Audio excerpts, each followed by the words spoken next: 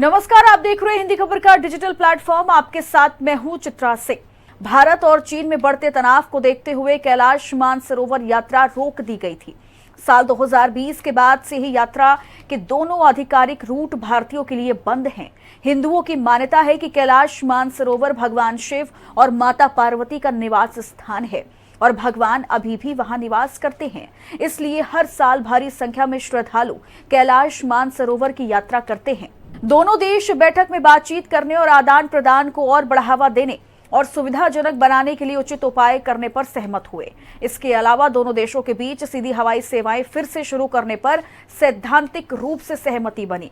विदेश मंत्रालय ने कहा कि भारत और चीन ने संबंधों को स्थिर करने और फिर से मजबूती देने के लिए कुछ जन केंद्रित कदम उठाने पर सहमति व्यक्त की है।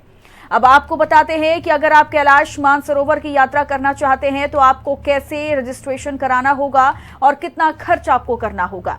कैलाश पर्वत चीन के तिब्बत स्वायत्ता इलाके में स्थित है। ये पर्वत हिंदुओं के साथ ही बौद्ध, जैन और बौद्ध धर्म के लोगों के लिए आस्था का केंद्र है।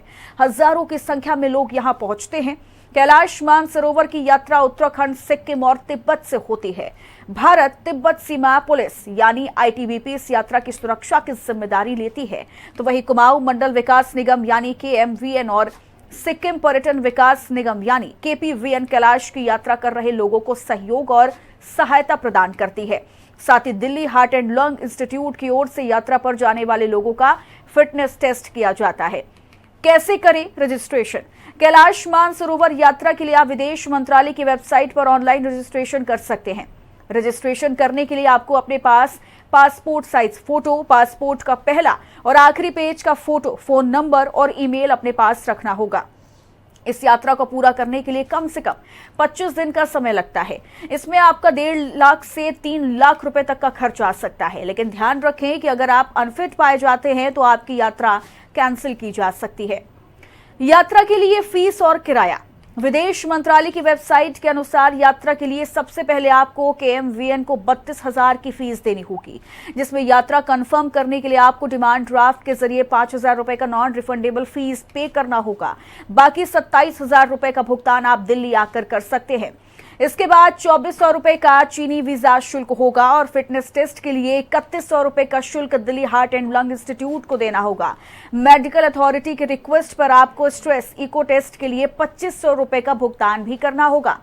फिर आपको रहने के लिए तिब्बत में चीनी अधिकारियों को 48,861 रुपए का भुगतान करना होगा। इसमें इमिग्रेशन फीस, भोजन, सामान की ढुलाई, घोड़े का किराया, कैलाश मानसरोवर और मंदिर के लिए प्रवेश टिकट शामिल रहेगा। अब भारत की तरफ से दोनों साइड के लिए आपको कुल 8,904 रुपए का पार्टर चार्ज देना होगा। साथ ही आपको पोनी हैंडलर के साथ पोनी यानी छोटा घोड़ा नारायण आश्रम से लिपुलेख पास तक वापसी और धारचूला में पोनी और कुली को किराए पर लेने के हिसाब से 10,666 रुपए का भुगतान करना होगा। तो वहीं चीन की तरफ से दोनों साइड के पोर्टर के लिए 3,600 का शुल्क देना होगा। तिब्बत में कैलाश की परिक्रमा, पोनी और पोर्टर के किराए के लिए 10,500 का खर्च आपको करना पड़ेगा। इसके साथ ही ग्रुप एक्टिविटी के लिए 2,000 रुपए का शुल्क देना होगा। साथ ही तिब्बत में खाने, कपड़े, फूड स्टोर और यात्रा से जुड़े अन्य खर्चों के लिए 20,000 रुपए तक का भुगतान करना होगा। इस वीडियो में दी गई जानकारी आपको कैसी लगी, हमें कमेंट सेक्शन में जरूर बताइए। साथ ही वीडियो को लाइक करें, शेयर करें और हिंदी खबर को सब्सक्राइब करना ना भूलें।